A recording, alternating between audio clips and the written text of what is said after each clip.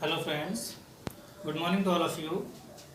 My self Satyam Mishra और मैं आपके अपने YouTube channel effective education point पे आपका स्वागत करता हूँ।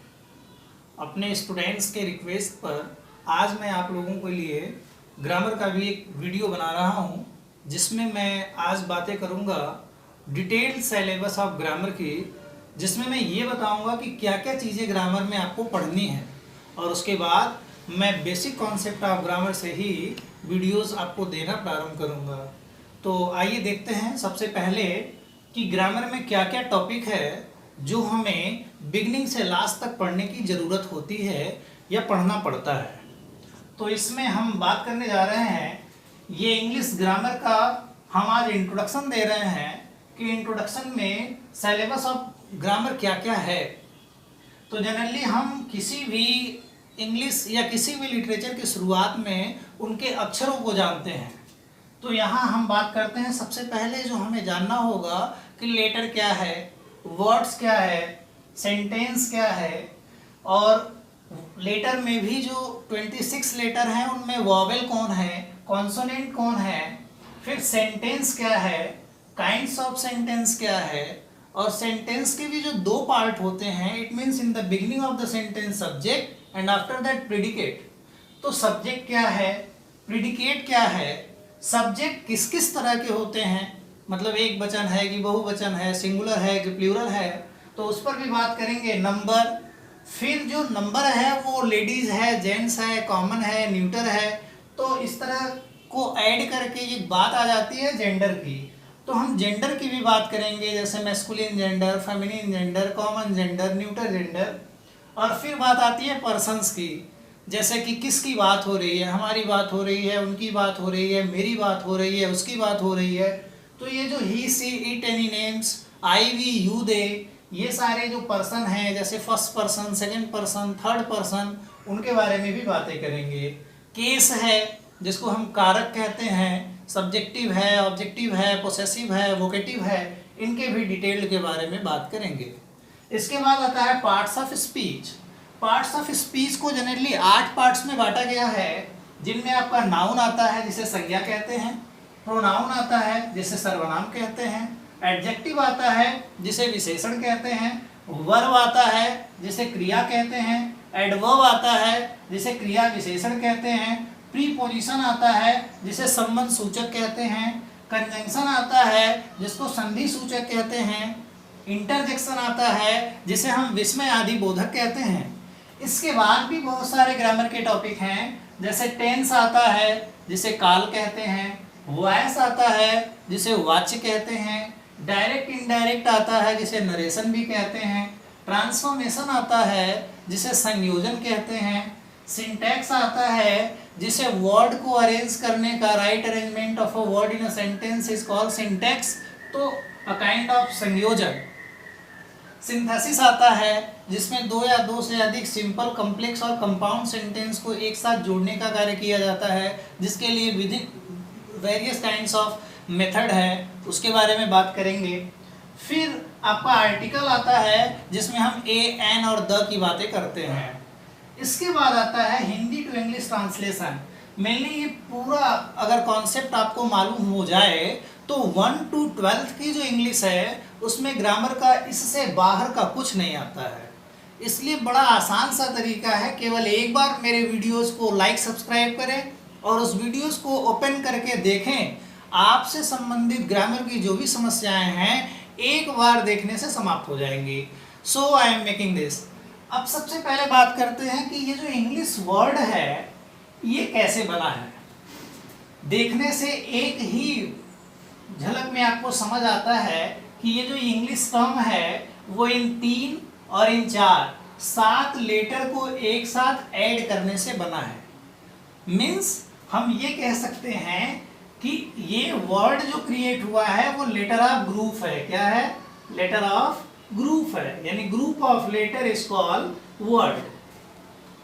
अब बात आती है कि इंग्लिश में लेटर्स कितने हैं, तो जानते हैं कि लेटर्स इंग्लिश में कितने होते हैं? 26 होते हैं। There are 26 letters.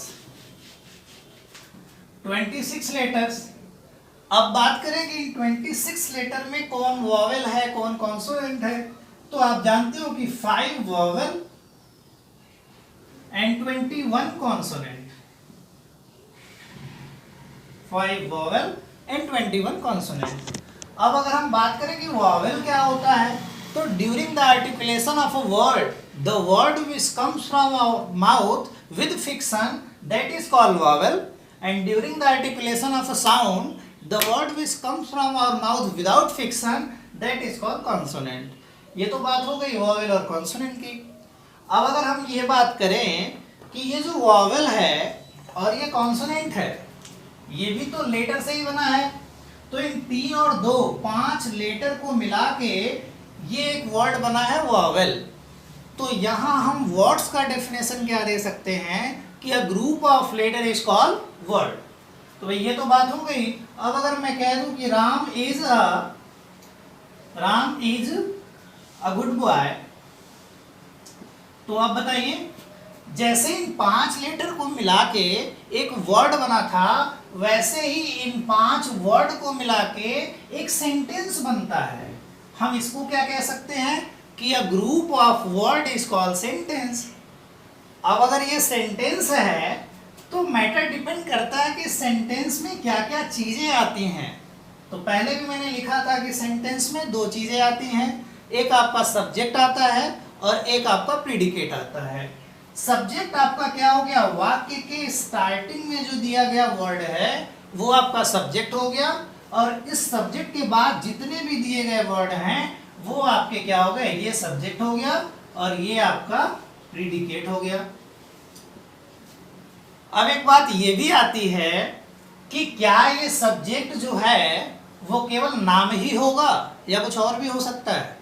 तो सीधी सी बात है कि सब्जेक्ट कुछ भी हो सकता है। अब मैं बताऊं कि अगर हम बात करें कि सब्जेक्ट में क्या क्या हो सकता है, तो सब्जेक्ट में आपका ही हो सकता है, सी हो सकता है, इट हो सकता है, एनी नेम्स हो सकते हैं, आई हो सकता है, वी हो सकता है, यू हो सकता है, दे हो सकता है। इसलिए ये भी जानना बड़ा जरूरी है कि ये क्या है, ये क्या है, ये क्या है। तो इसी के लिए ग्रामर में एक वर्ड आता है जिसको हम कहते हैं नंबर। क्या कहते हैं, नंबर। नंबर का मतलब क्या होता है, वचन। वचन इंग्लिश में कितने होते हैं, 2 होते हैं, एक होता है सिंगुलर नंबर और एक होता है प्लूरल नंबर। तो सिंगुलर नंबर में जो टॉपिक आता है, उस सिंगुलर नंबर में जो आने वाले वर्ड हैं उनको हम कहते हैं ही, she, it and any names. ये तो आ गए आपके किसमें, सिंगुलर नंबर, सिंगुलर नंबर। अब जो ये बात आती है आई, वी, यू और दे, ये किसमें आ जाएंगे, ये आ जाते हैं हमारे प्लूरल नंबर में। यहां तक बात क्लियर हुई।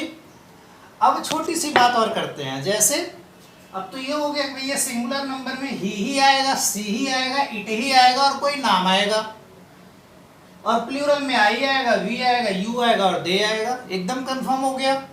लेकिन ये तो कंफर्म नहीं है कि नाम कौन से आएंगे, केवल जेंट्स के आएंगे या लेडीज के भी नाम हो सकते हैं।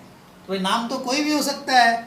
इसलिए इंग्लिश में एक और वर्ड आता है जिसको हम क्या कहते हैं, जेंडर कहते हैं। क्या कहते हैं, जेंडर कहते हैं। एक जेंडर आता है, इसको हिंदी में हम लिंग कहते हैं। अबे लिंग से क्या पता चलेगा, इससे ये पता चलेगा कि दिया गया जो वाक्य है उसमें यूज किया गया जो नंबर है वो किसके लिए है, लेडीज के लिए है, मैस्कुलिन के लिए है, फेमिनिन के लिए है। तो इससे क्लियर हो जाता है। जैसे अब अगर हम बात करें कि जैसे राम है, श्याम है, घनश्याम है, मोहन है, तो ये जो वर्ड्स हैं ये किसमें आ जाएंगे। अब ये कंफर्म हो जाता है कि ये मैस्कुलिन जेंडर में ही आएंगे।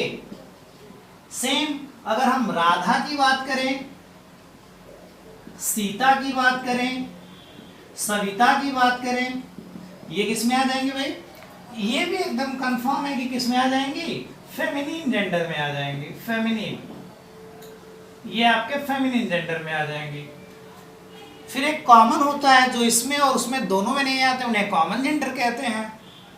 और जो दोनों में क्वालिटीज से आते हैं, जो दोनों की क्वालिटीज से आते हैं, उसके बाद एक आता है आपका जिसको कहते हैं न्यूट्रल जेंडर।